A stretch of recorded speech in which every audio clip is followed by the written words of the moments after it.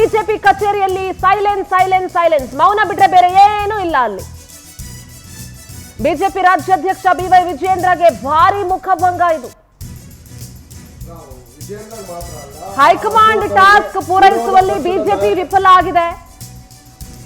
ಮಲ್ಲೇಶ್ವರದಲ್ಲಿರುವಂತಹ BJP ಕಚೇರಿಯಲ್ಲಿ ನೀಡುವ ಮೌನ ಬಿಟ್ರೆ ಬೇರೆ ಏನು ಇಲ್ಲ. ನಮ್ಮ ಪ್ರತಿನಿಧಿ ರಾಘವೇಂದ್ರ ನೇರ ಸಂಪರ್ಕದಲ್ಲಿ ಜಾಯ್ನ್ ಆಗ್ತಾ ಇದ್ದಾರೆ. ರಾಘವೇಂದ್ರ, ರಾಜ್ಯದ 3 ಉಪಕದನಗಳೇನಿತ್ತು, 3 ಕ್ಷೇತ್ರಗಳಲ್ಲೂ ಕೂಡ ಕಾಂಗ್ರೆಸ್ ಕಮಾಲ್ ಮಾಡಿದೆ. ಬಿಜೆಪಿಗೆ ಸೈಲೆನ್ಸ್ ಒಂದು ಬಿಟ್ರೆ ಬೇರೆ ಏನು ಇಲ್ಲ. ಅಂಡ್ ಇದು ವಿಜಯೇಂದ್ರ ಅವರ ಮೇಜರ್ ಸೆಟ್ ಬ್ಯಾಕ್, ಮತ್ತೆ ಅವರಿಗೆ ತೀವ್ರ ಮುಖಭಂಗ ಆಗಿದೆ. ಅಂಡ್ ವಿಜಯೇಂದ್ರ ಜೊತೆಗೆ ಅಶೋಕ್ ಜೊತೆಗೆ ಎಲ್ಲ ನಾಯಕರು ಕೂಡ ಹೌದು. ಸೊ ಏನ್ ಹೇಳ್ತೀರಿ?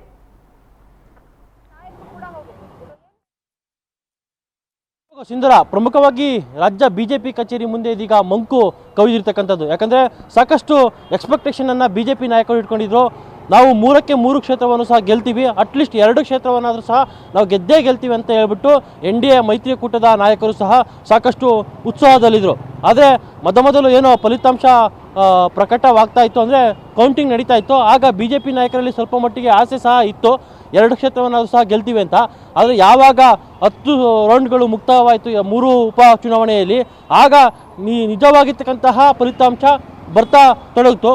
ಪ್ರಮುಖವಾಗಿ ಚನ್ನಪಟ್ಟಣ ಮತ್ತು ಶಿಗ್ಗಾವಿ ಕ್ಷೇತ್ರ ಏನಿದೆ, ಆ ಶಿಗ್ಗಾವಿ ಕ್ಷೇತ್ರದಲ್ಲಿ 2ರಲ್ಲೂ ಸಹ ನಾವು NDA ತೆಕ್ಕೆಗೆ ಬರುತ್ತೆ ಅಂತಲೂ ಸಹ ಕೆಲವೊಂದಿಷ್ಟು ಸಮೀಕ್ಷೆಗಳು ಸಹ ಹೇಳಿದ್ವು. ಆದರೆ ಯಾವಾಗ ಎಲ್ಲ ಲೆಕ್ಕಾಚಾರಗಳು ಸಹ ಉಲ್ಟಾ ಆದವೋ ಆಗ ನಿಜಕ್ಕೂ ಬಿಜೆಪಿ ಕಚೇರಿಯಲ್ಲಿ ಇದೀಗ ಮಂಕಿನ ವಾತಾವರಣ ಕಳೆದಿರ್ತಕ್ಕಂಥದ್ದು. ಯಾರೂ ಸಹ ಸೋಲಿನ ಹೊಣೆಯನ್ನು ಹೊರೋದಕ್ಕೆ ಇಲ್ಲಿವರೆಗೂ ಸಹ ಮುಂದೆ ಬಂದಿಲ್ಲ. ಒಂದು ರಾಜ್ಯಾಧ್ಯಕ್ಷರಾಗಿರ್ತಕ್ಕಂಥ ವಿಜಯೇಂದ್ರ ಅವರು ಸೋಲಿನ ಹೊಣೆಯನ್ನು ಹೊರಬೇಕಾಗುತ್ತೆ, ಇಲ್ಲಾಂದರೆ ವಿಪಕ್ಷ ನಾಯಕರಾಗಿರ್ತಕ್ಕಂಥ ಅಶೋಕ್ ಅವರು ಸೋಲಿನ ಹೊಣೆಯನ್ನು ಹೊರಬೇಕಾಗುತ್ತೆ. ಇನ್ನು NDA ಮೈತ್ರಿಕೂಟದಲ್ಲಿ ಪ್ರಬಲ ಅಂದರೆ ನಾಯಕನಾಗಿ ಗುರುತಿಸಿಕೊಂಡಿರ್ತಕ್ಕಂಥ ಕುಮಾರಸ್ವಾಮಿ ಅವರಾದರೂ ಸಹ ಈ ಸೋಲಿನ ಹೊಣೆಯನ್ನು ಹೊರಬೇಕಾಗುತ್ತೆ. ಪ್ರಮುಖವಾಗಿ ಕುಮಾರಸ್ವಾಮಿ ಅವರು ತಮ್ಮ ಪುತ್ರನನ್ನೇ ಗೆಲ್ಲಿಸ್ಕೊಳ್ಳೋದಕ್ಕೆ ಇಲ್ಲಿ ಆಗಿಲ್ಲ. ಇನ್ನು ಮಾಜಿ ಮುಖ್ಯಮಂತ್ರಿ ಬಸವರಾಜ ಬೊಮ್ಮಾಯಿ ಅವ್ರಿಗೂ ಸಹ ತಮ್ಮ ಪುತ್ರನನ್ನು ಗೆಲ್ಲಿಸ್ಕೊಳ್ಳೋದಕ್ಕೆ ಆಗಿಲ್ಲ.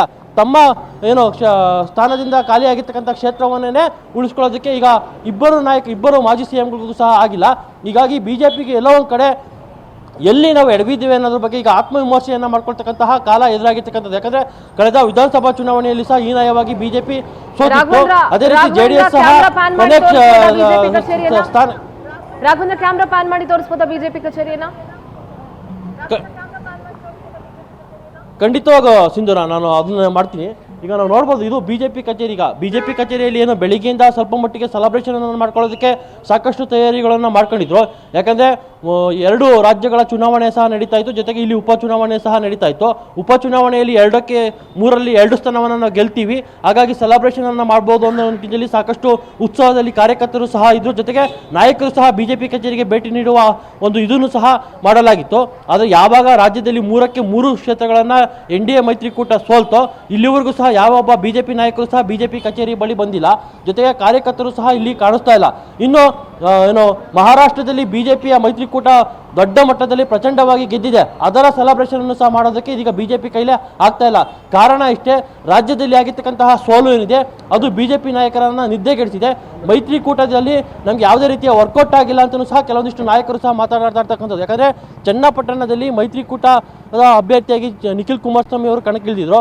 ಅಲ್ಲಿ ತಮ್ಮದೇ ಪಕ್ಷದ ನಾಯಕನನ್ನು ಕಳ್ಕೊಂಡಂತಹ ಬಿಜೆಪಿಗೆ ದೊಡ್ಡ ಮಟ್ಟದ ಹಿನ್ನಡೆ ಆಗಿರ್ತಕ್ಕಂಥದ್ದು. ಯಾಕಂದರೆ CP ಯೋಗೇಶ್ವರ್ ಅವರಿಗೆ ಟಿಕೆಟನ್ನು ಕೊಟ್ಟಿದ್ದಾದಲ್ಲಿ ಅಲ್ಲಿ ಬಿಜೆಪಿಯ ಒಂದು ಖಾತೆ ಓಪನ್ ಆಗ್ತಿತ್ತು, ಅದನ್ನು ಸಹ ನಾವು ಕಳ್ಕೊಂಡ್ವಿ ಅನ್ನೋ ಒಂದು ನಿರಾಸೆ ಬಿಜೆಪಿ ನಾಯಕರಲ್ಲಿ ಇರ್ತಕ್ಕಂಥದ್ದು. ಸಿಂಧೂರ, ಬೀಟ್ ಮಾಡಿ ಮಾಡಿ ನೀನು ಸ್ವೀಟ್ಗೆ ಕಾಯ್ತಾ ಇದ್ದೆ ಅಂತ ಡಲ್ ಇದ್ದಂಗೆ ಕಾಣ್ತಾ ಇದೆಯಾ? ರಾಘವೇಂದ್ರಗೆ ನಾವು ಕಳ್ಸಿಕೊಡ್ತೀವಿ ಸ್ವೀಟ್ ಅದು. ರಾಘವೇಂದ್ರ ಕೇಳ್ತಾ? ನನ್ನ ವಾಯ್ಸ್ ಕೇಳ್ತಾ? ಹಾಂ ಸರ್. ಅಲ್ಲ, ಬಿಜೆಪಿ ಕಚೇರಿ ಎದುರುಗಡೆ ಸ್ವೀಟ್ ಸಿಗುತ್ತಂತ ಕಾಯ್ತಾ ಇದ್ದ, ನೀನು ಡಲ್ ಇದ್ದಂಗೆ ಕಾಣ್ತಾ ಇದೆಯಾ ಅಂತ.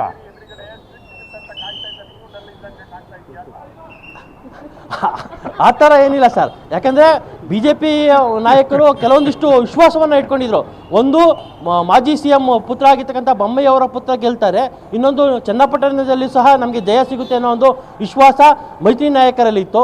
ಯಾವಾಗ ಎಲ್ಲ ಸಮೀಕ್ಷೆಗಳು ಸಹ ಉಲ್ಟಾಗಿ ಮತದಾರರ ತೀರ್ಪು ಏನು ಬಂತು, ಆಗ ಬಿಜೆಪಿ ನಾಯಕರಲ್ಲಿ ಒಂಥರ ನಿರಾಸೆಯ ಕಾರ್ಮೋಡ ಕವಿದಿರ್ತಕ್ಕಂಥದ್ದು. ಯಾಕಂದರೆ ಬಿಜೆಪಿ ನಾಯಕರಿಗೆ ಒಂಥರ ಇಕ್ಕಟ್ಟಿನ ಪರಿಸ್ಥಿತಿ ನಿರ್ಮಾಣವಾಗಿರ್ತಕ್ಕಂಥದ್ದು. ತಮ್ಮ ಕೈಯಿಂದಲೇ ಒಂದು ಕ್ಷೇತ್ರವನ್ನು ಕಳ್ಕೊಂಡ್ವಿ ನಾವು. ಯಾಕಂದರೆ CP ಯೋಗೇಶ್ವರ್ಗೆ ಚನ್ನಪಟ್ಟಣದಲ್ಲಿ ಟಿಕೆಟ್ ಕೊಟ್ಟಿದ್ದಾದಲ್ಲಿ ಅಲ್ಲಿ ಬಿಜೆಪಿ ತನ್ನ ಖಾತೆಯನ್ನು ಮೊದಲ ಬಾರಿಗೆ ಓಪನ್ ಮಾಡ್ತಿತ್ತು.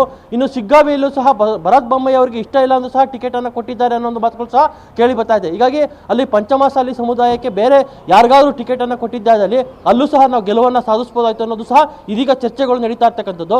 ಆದರೆ ಫಲಿತಾಂಶ ಬಂದ ನಂತರ ಏನೇ ಚರ್ಚೆ ನಡೆದು ಸಹ ಅದು ನೋ ಯೂಸು. ಹೀಗಾಗಿ ಯಾರು ಬಂದು ಈ ಸೋಲಿನ ಹೊಣೆಯನ್ನು ಹೊತ್ಕೊಳ್ತಾರೆ ಅನ್ನೋದನ್ನ ನಾವು ನೋಡಬೇಕಾಗಿದೆ ಸರ್. ರಾಘವೇಂದ್ರ, ಇಲ್ಲಿ JDS ಅವರು ಸೆಂಟ್ರಲ್ ಹೈಕಮಾಂಡ್ BJP ಅವರಿಗೆ ತಾವು 5 ಜನ MP ಗಳನ್ನು ಎಲೆಕ್ಟ್ ಮಾಡೋದ್ರಲ್ಲಿ ನಮ್ಮ ಪಾತ್ರ ತುಂಬ ಇತ್ತು ಅಂದು ಕನ್ವಿನ್ಸ್ ಮಾಡೋದ್ರಲ್ಲಿ ಪ್ರಬಲವಾಗಿ ಕುಮಾರಸ್ವಾಮಿ ಅವರು ತಾನು 2 ಸೀಟ್ ಇದ್ರೂ ಕೂಡ ಪ್ರಬಲ ಮಂತ್ರಿಯನ್ನು ತಗೊಳ್ಳೋದ್ರಲ್ಲಿ ಸಕ್ಸಸ್ಫುಲ್ ಆಗ್ತಾರೆ.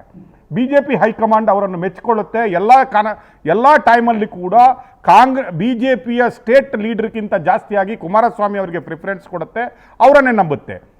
ಈಗ ಕುಮಾರಸ್ವಾಮಿ ಅವರು ತನ್ನ ಮಗನನ್ನೇ ಚನ್ನಪಟ್ಟಣದಲ್ಲಿ ವಿನ್ ಮಾಡಿಕೊಂಡು ಬರುವುದು ಮಾತ್ರ ಅಲ್ಲ, ಹೈಯೆಸ್ಟ್ ಮಾರ್ಜಿನಿಂದ ಸೋಲ್ತಾರೆ.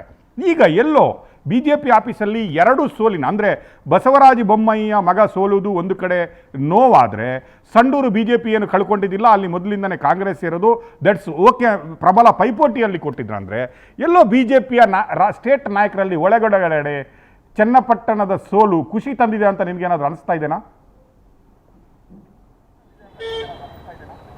ಖಂಡಿತವಾಗೂ ಬಿಜೆಪಿ ನಾಯಕರಿಗೆ ಇದೊಂಥರ ದೊಡ್ಡ ಮಟ್ಟದ ಖುಷಿ ಒಳಗಡೆ, ಅದನ್ನು ಎಲ್ಲೂ ಸಹ ಹೊರಗಡೆ ತೋರಿಸ್ಕೊಳ್ತಾ ಇಲ್ಲ. ಯಾಕಂದರೆ ಚನ್ನಪಟ್ಟಣದ ವಿಚಾರಕ್ಕೆ ಬಂದಿದ್ದಾದಲ್ಲಿ ಕುಮಾರಸ್ವಾಮಿ ಅವರು ತಮ್ಮ ಪ್ರಾಬಲ್ಯವನ್ನು ಮೆರಿತಾ ಇದ್ರು. ಯಾವಾಗ ಲೋಕಸಭಾ ಚುನಾವಣೆ ಆಯಿತು, 2 ಸೀಟ್ಗಳನ್ನು ತೆಗೆದುಕೊಂಡು ಅವರು ಕೇಂದ್ರದಲ್ಲಿ ಮಂತ್ರಿ ಆಗ್ತಾರೆ, ಆಗಲೇ ಅವರು ತಮ್ಮ ಏನು ಸಾರ್ವಭೌಮತ್ವವನ್ನು ಸಾಧಿಸೋದಕ್ಕೆ ಮುಂದಾಗ್ತಾರೆ. 2028ಕ್ಕೆ ನಾನೇ CM ಅನ್ನೋ ಒಂದು ಘೋಷಣೆಯನ್ನು ಸಹ ಕುಮಾರಸ್ವಾಮಿ ಅವರು ಮಾಡ್ತಾರೆ. ಈ ನಿಟ್ಟಿನಲ್ಲಿ BJP ನಾಯಕರ ಕೆಂಗಣ್ಣಿಗೂ ಸಹ ಕುಮಾರಸ್ವಾಮಿ ಅವರು ಗುರಿಯಾಗಿದ್ರು. ಹೀಗಾಗಿ ಕುಮಾರಸ್ವಾಮಿ ಅವರು ಇದೇ ರೀತಿ ಮುಂದುವರೆದಿದ್ದಲ್ಲಿ ನಮ್ಮ ಸ್ಥಾನಮಾನ ಏನಾಗ್ಬೋದು BJP ಅನ್ನೋ ನಿಟ್ಟಿನಲ್ಲಿ ಕೆಲವೊಂದಿಷ್ಟು, ಅಂದರೆ ನಾನು ಎಲ್ಲರೂ ಅಂತ ಹೇಳ್ತಾ ಇಲ್ಲ, ಕೆಲವೊಂದಿಷ್ಟು BJP ನಾಯಕರು ಈ ಲೆಕ್ಕಾಚಾರವನ್ನು ಹಾಕಿದ್ರು. ಚನ್ನಪಟ್ಟಣದಲ್ಲಿ ಅದೇ ಗೇಮ್ ಪ್ಲಾನನ್ನು ಸ್ವತಃ BJP ನಾಯಕರು ಸಹ ಮಾಡಿದ್ದಾರೆ. CP ಯೋಗೇಶ್ವರ್ ಅವರ ಗೆಲುವಿಗೆ ಸಹಕರಿಸಿದ್ದಾರೆ ಅನ್ನೋದು ಈಗ ರಾಜಕೀಯ ವಲಯದಲ್ಲಿ ಚರ್ಚೆ ಆಗ್ತಾ ಇರ್ತಕ್ಕಂಥದ್ದು. ಇನ್ನು ಬೊಮ್ಮಾಯಿ ಅವರ ವಿಚಾರಕ್ಕೆ ಬಂದ ಶಿಗ್ಗಾವಿಯಲ್ಲಿ ಕುಟುಂಬ ರಾಜಕಾರಣ ಅಂತ್ಯ ಆಗಬೇಕು ಅನ್ನೋ ನಿಟ್ಟಿನಲ್ಲಿ ಕೆಲವೊಂದಿಷ್ಟು ಕಾಣದ ಕೈಗಳು ಅಲ್ಲೂ ಸಹ ಕೈ ಜೋಡಿಸಿದ್ದಾವೆ.